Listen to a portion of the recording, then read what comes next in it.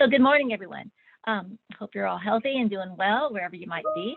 As Fred said, I am the Economic Development Integrator, or EDI, for EDA Seattle Regional Office, which includes the state of Nevada as part of our larger 8-state region. I am based up here in Washington State, and it's not raining, but I love Nevada, and I go there often, and it's a wonderful place to go. A little history: at one time, I actually worked at the Reno Cannon Airport for Western Airlines, the only way to fly. And later, I developed some education programs for Elder Hostel under the UNR's continuing education program for about 8 years during the summers when Dr. Neil Ferguson was there. And interestingly, I had built those program areas where I can draw people from all over the country to come visit Nevada. And I was part of that Nevada tourism economy mixed with education. And those programs revolved around how the West was settled, and we explored the Great Basin and the Sierras and studied indigenous cultures, the explorers and pioneers, the mining allure and industry, the importance of water, and just to draw the Western beauty and culture, both outdoors and for many indoors as well. Now, this was really before the technology and innovation just took off, and before lithium and the batteries there, and all the industries revolving around all of that. But interestingly now, working for EDA, and I'm still looking at how Nevada is settled and growing and building, and building on this history of a pioneering state, still learning and diversifying the economy by leaps and bounds, and how we here at EDA can assist and be a part of that. Now, we all know this deadly coronavirus pandemic has had a huge impact on the economy, our health, the way we work, and our daily lives. And, on the economic side, definitely, it's a real challenge. But it's really magnified the importance of various resource and infrastructure sectors, broadband and connectivity being key. Really just stood out, as well as some other things. It magnified our need to work across new partners that we often haven't worked with. And as an integrator, we work across partners, but again, forging those new partnerships and new collaborations. An example, looking at economic and public health planning strategies and impacts as part of the larger economic resilience picture. Now, our integration practice is not a result of the pandemic. We've been around 4 or 5 years now, I believe. And I know most of you are familiar with EDA and know us as a funding agency, which we are, and we are still focused on assisting distressed communities and rural communities. And we have our wonderful partners there with UNR, Fred and company, Tom, Dick, Buddy, all the rest of the gang there. We've got Cheryl Gonzalez there at Western Nevada Economic Development District. And they are wonderful resources that we continually work with and utilize to help with our economic development mission, including our integration work. But with this integration practice, it really expands EDA's reach in doing economic development work. We use the power of partnership and collaboration, leveraging knowledge and resources, and being a little creative and resourceful in the process as well. It provides us a broader range to assist communities and build economic capacity. So to provide further information about our integration practice, we're fortunate to have our EDR leadership team here. We'll start with Nancy Gilbert. She's our senior analyst and integration leader. And then she'll be followed by our EDI director, Doug Lynott. And then after that, we'll follow up with Carleen Herring, who most of you probably know is our economic development field rep out there. So with that, I'm going to pass this on to Nancy Gilbert. Thank you, Frances. Let me just start the video here so I can get, at least you can see who I am here, coming to you from Washington, D.C. area. But wanted to recognize that I did have the pleasure of working with the University of Nevada, Reno's Nevada Small Business Development Center that Dean Mosier mentioned in his comments, working with SBDC Director Sam Males and Winnie Dowling and their excellent staff of advisors when I was at the Small Business Administration prior to coming to EDA. And now I'm excited to continue the work in supporting economic development through EDA And we really appreciate this opportunity that you've provided to share a perspective regarding economic recovery and the road ahead. It's only a few days into the new administration and a new Congress, and so it's quite soon to offer much insight about new programs or initiatives that may be forthcoming to advance Nevada's economic vision. But we can be certain that EDA will continue to take a leading role within the federal government to support economic recovery and resilience.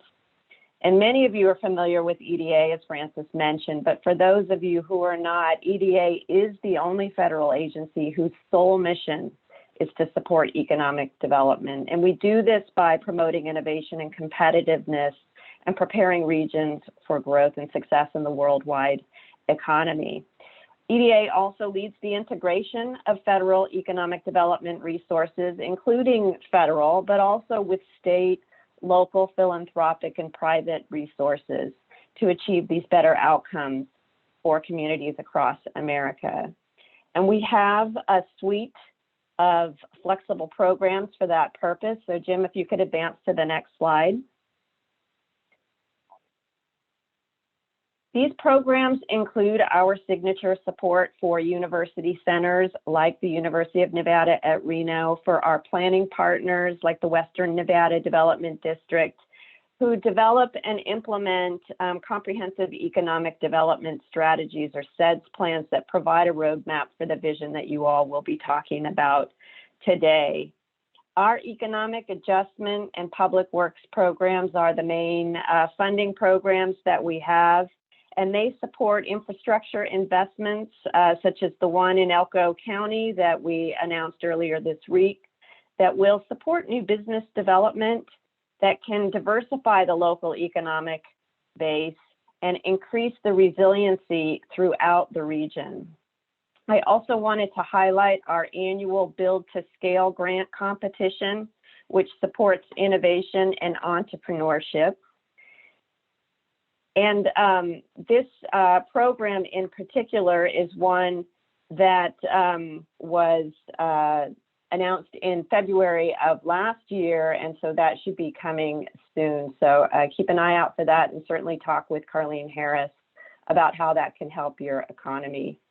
We also have a small pot of funds to support national technical assistance projects, and this work is underway to identify promising practices that are of relevance now and could be supportive of your vision. And this includes adding pandemic resilience strategies to CEDS, assisting rural areas to pursue innovation-based economies, and exploring alternative capital models that can support economic recovery.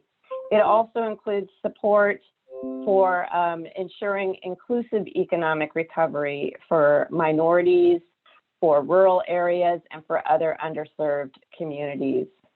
In general, EDA's programs are intended to meet individual communities where they are in terms of both strategic priorities and overall capacity. And our program portfolio contains resources that can help communities at every step along this continuum. In the next slide, I wanted to focus on in terms of what's ahead. So given the scale of economic impact associated with the pandemic, we know that recovery efforts and the need for resources, strong partnerships, and active coordination of resources across sectors will continue. EDA has a specific responsibility and role in this area. Within the National Disaster Recovery Framework, we work with FEMA, state and local agencies, and others to support recovery by coordinating efforts across agencies within the Department of Commerce, as well as at SBA and Treasury, HUD, and Department of Agriculture, and others that help restart businesses, restore jobs, and economic opportunity. And I wanted to offer one example from Hurricane Maria and the support we did there in Puerto Rico, where you know that hurricane devastated much of Puerto Rico's economy and infrastructure. And there, EDA, through this work in disasters, collaborated with the Department of Energy, with FEMA, with EPA, to fund an innovative renewable energy system on the island of Culebra.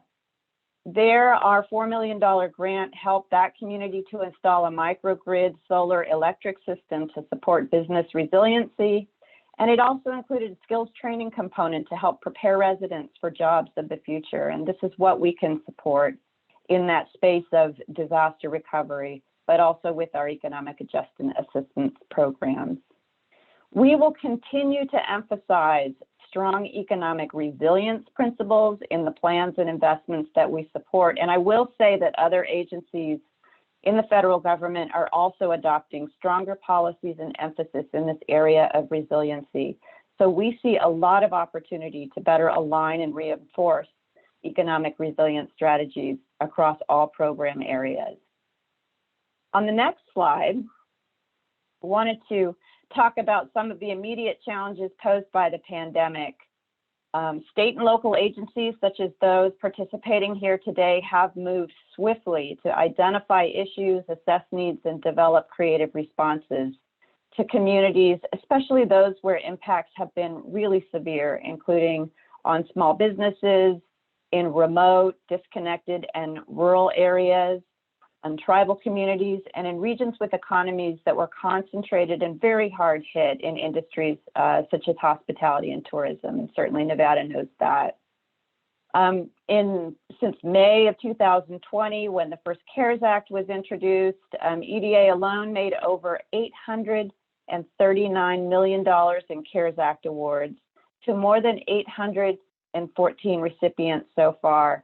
And this includes approximately $7 million awarded in Nevada to support your regional responses to the pandemic.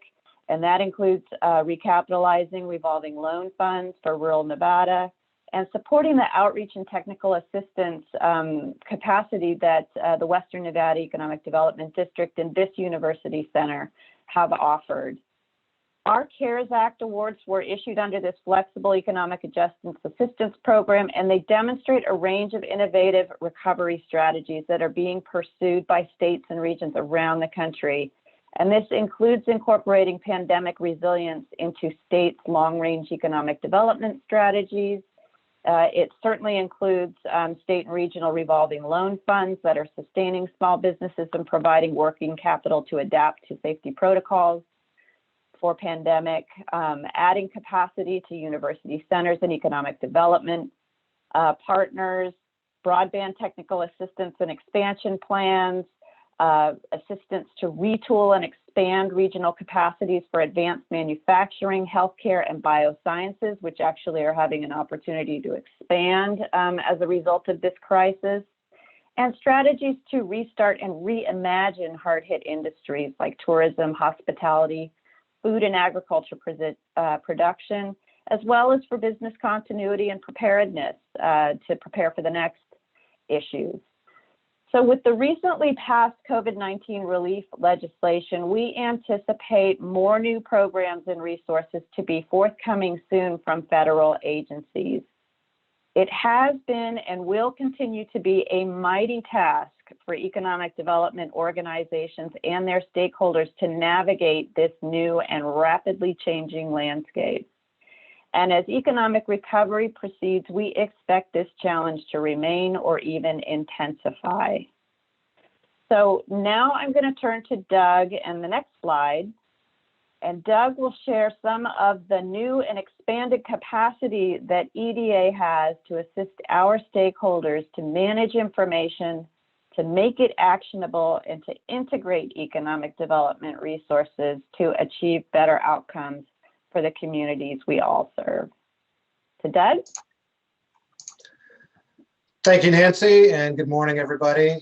Fred, Dean Mosier, President Sandoval, our thanks to UNR for hosting today's event with the Western Nevada Development District, and certainly for inviting us to participate. It's a real pleasure.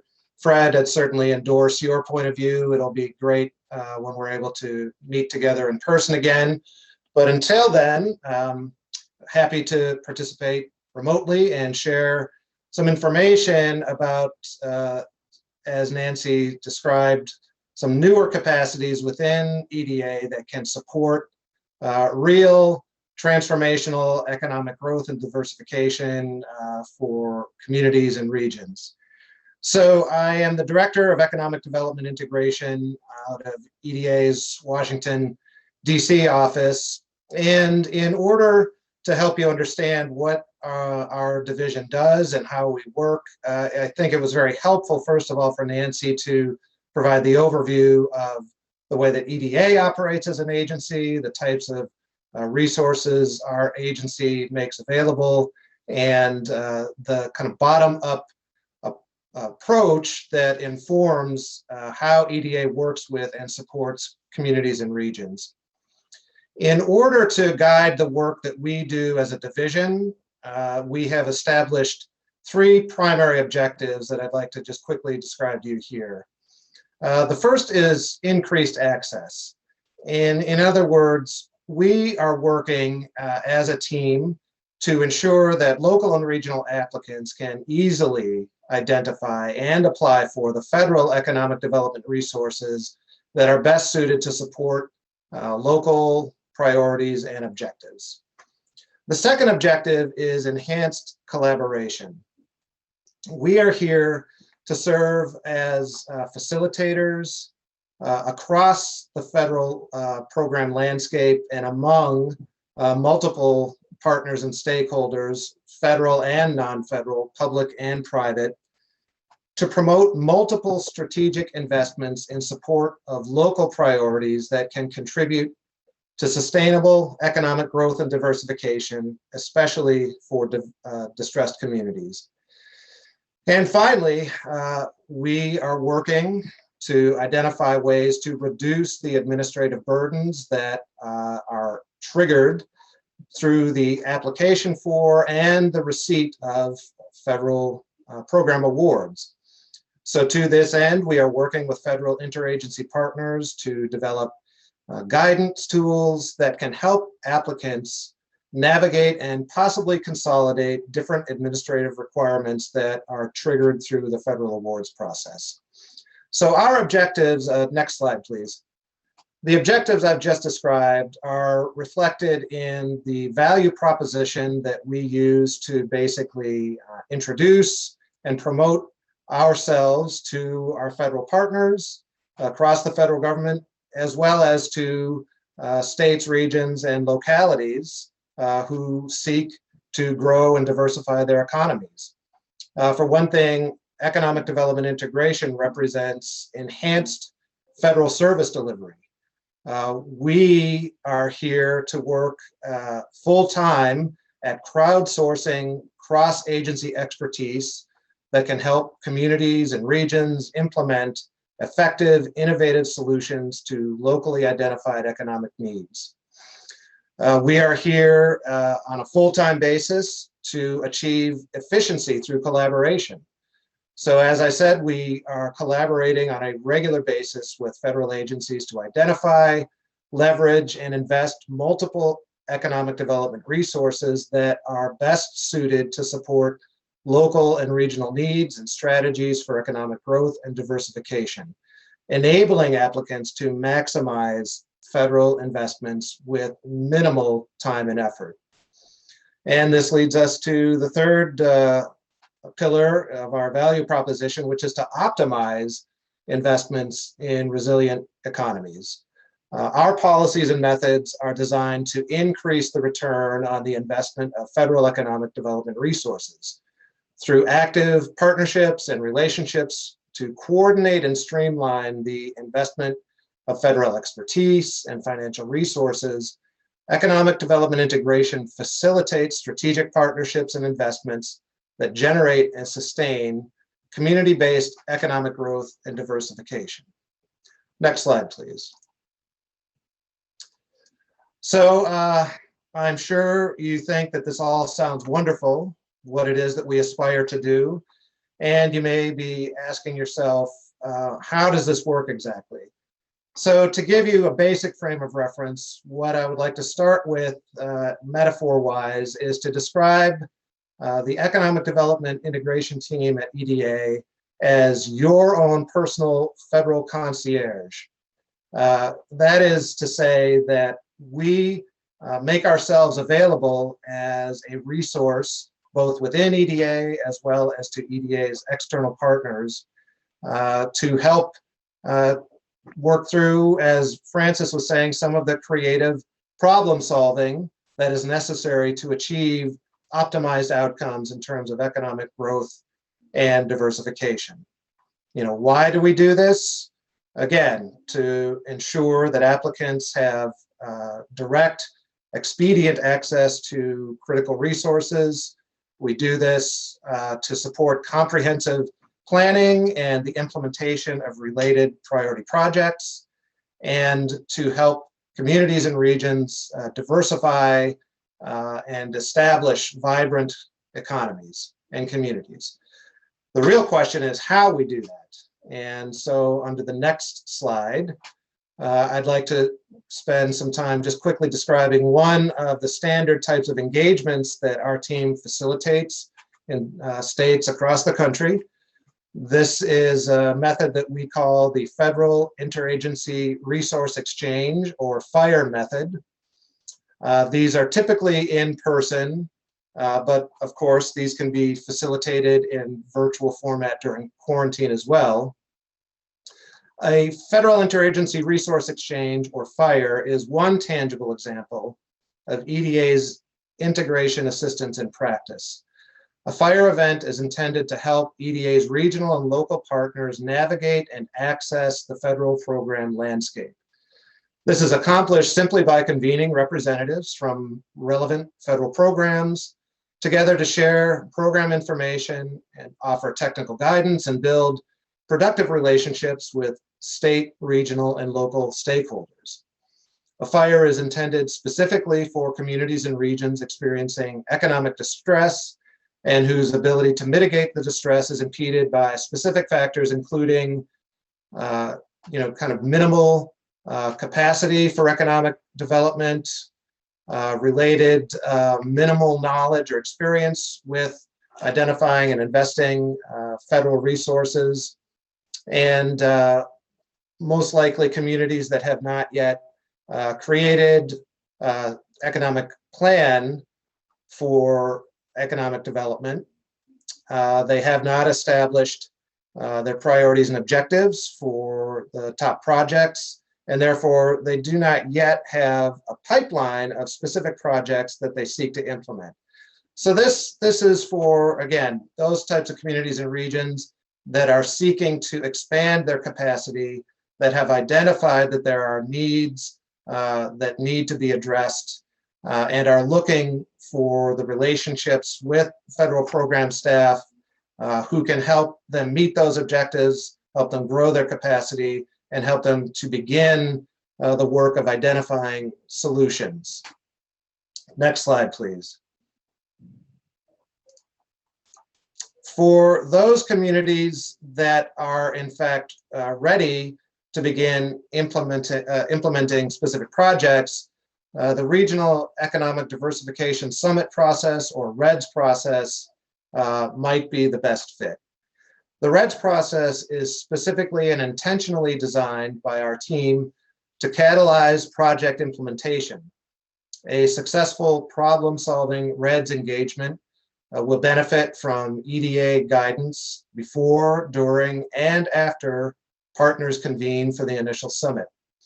The common objectives for each REDS engagement includes enhanced collaboration, engaging intergovernmental and cross-sector stakeholders and potential funders in a focused, action-oriented dialogue about the resources necessary to implement priority projects. Reduced administrative obstacles and increased access. So again, the creative problem-solving process necessary to remove obstacles and expand access to economic diversification and community development resources. The optimal alignment of resources. So in other words, community and regional stakeholders are joined by intergovernmental and cross-sector partners as members of project implementation action teams, which are established during the initial summit. Each team is responsible to manage the implementation process for an individual REDS project. This work can include coordinating each team member's roles and responsibilities, leveraging necessary project resources, and aligning various program requirements to achieve both reduced administrative burden and maximum program benefit. And finally, project action plans and outcome evaluation metrics. We see it as critically important for the REDS process to include the establishment of agreement among intergovernmental and cross-sector partners to continue collaborating together in support of implementing REDS priority projects and identifying next steps for their individual project implementation action teams. Next slide, please. So I've just given a very brief description of some of the key ways in which EDI enhances EDA's historic capacity to convene multiple intergovernmental and cross-sector stakeholders for purposes of identifying and pursuing common priorities and objectives. There are other stakeholders that we are currently collaborating with, including impact investors, private capital investors.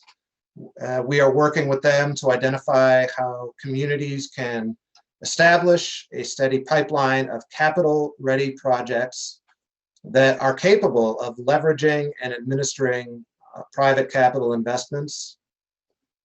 We seek to develop guidance on federal agency programs that can increase the capacity of local and regional grantees and applicants to successfully leverage and administer federal program resources in order to support eligible projects and activities.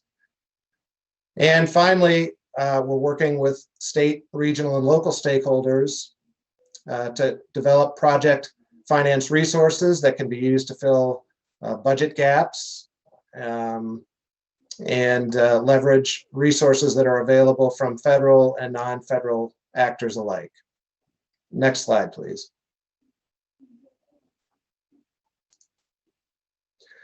This slide contains basic summary information about a regional economic diversification summit that was convened in the state of Oregon and included representatives from Nevada, UNR University Center, and which was facilitated by Frances Sakaguchi. You can see by the quote that's included here from John Day, Oregon City Manager Nick Green, his view of how successful the event was in terms of bringing together the stakeholders critical for pursuing the strategy that the city has established for its economic growth. And some of the federal participants besides EDA included rural development from the U.S. Department of Agriculture, FEMA, the Federal Highway Administration, U.S. Forest Service, again, from USDA, and even the Federal Reserve Bank. And so this is just a very basic snapshot, and there's more information available online on the EDA website and some of the basic media coverage that was conducted for this event and other events across the country, demonstrating the effectiveness of this basic method with respect to team building, collaboration, and project implementation. I hope that this very basic introductory overview of the integration practice at EDA has been useful to everybody here today. It's been a pleasure joining you. I'm happy to now hand the microphone over to another Seattle Regional Office colleague, Carleen Herring, who will follow up with some additional comments. Thank you, everyone.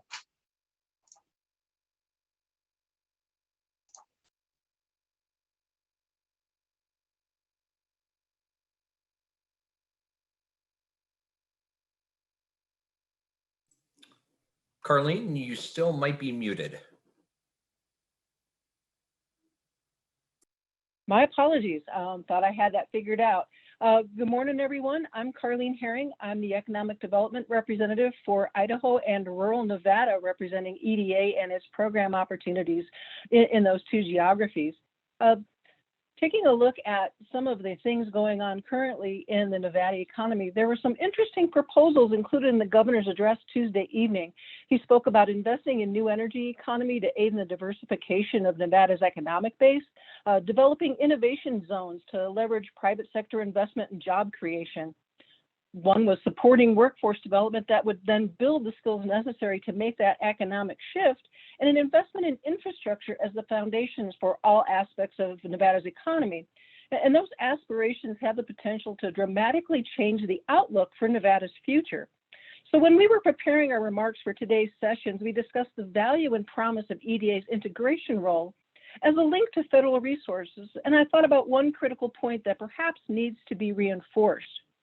With the increasing demands for and costs of any public sector investment, it becomes difficult to stretch local resources. And working with EDA's integration team to gather partners across the spectrum of public and private sector resources, we can help support states, municipalities, and organizations in meeting their economic challenges. I want to say on behalf of my colleagues with EDA, I'd really like to thank the University of Nevada, Reno team for the opportunity to participate in today's discussions, and I look forward to working with you on building Nevada's economy. The connections that are available through the integration team at EDA can really help bring resources to address specific community needs. And realistically, there aren't enough resources in any given pot of funds to do the things that our communities need in order to create sustainable and diversified economies. So that using that collaborative approach that Doug mentioned to increase access to federal resources, facilitate cross-jurisdiction and cross-federal agency investments, and reducing the administrative burden is really important in creating resilient and sustainable communities, not only in Nevada, but across our country. And again, thank you for the opportunity. I want to make sure that we're cognizant of the agenda and the time slot. So Frances, if you'd like to make some closing comments, turning it over to you.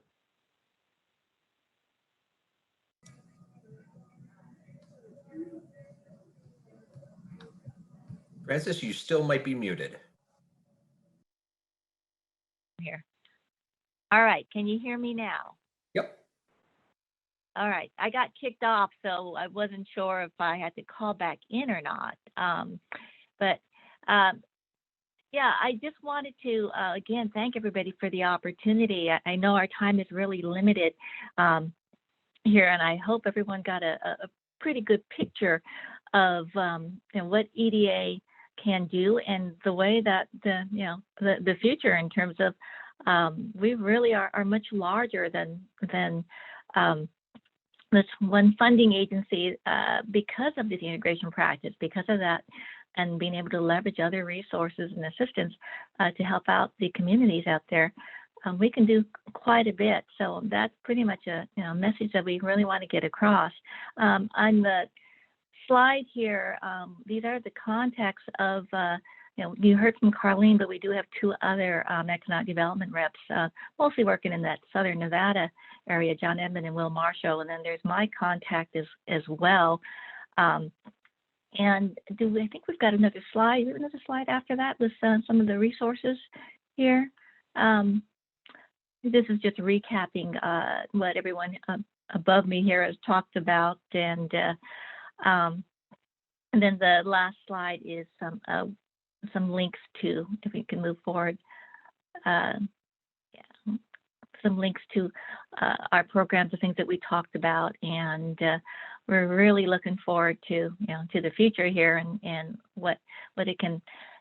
We've got challenges, and we realize that, but we think with this integration practice, we're a lot stronger and being able to resolve some of that and continue building economic capacity there.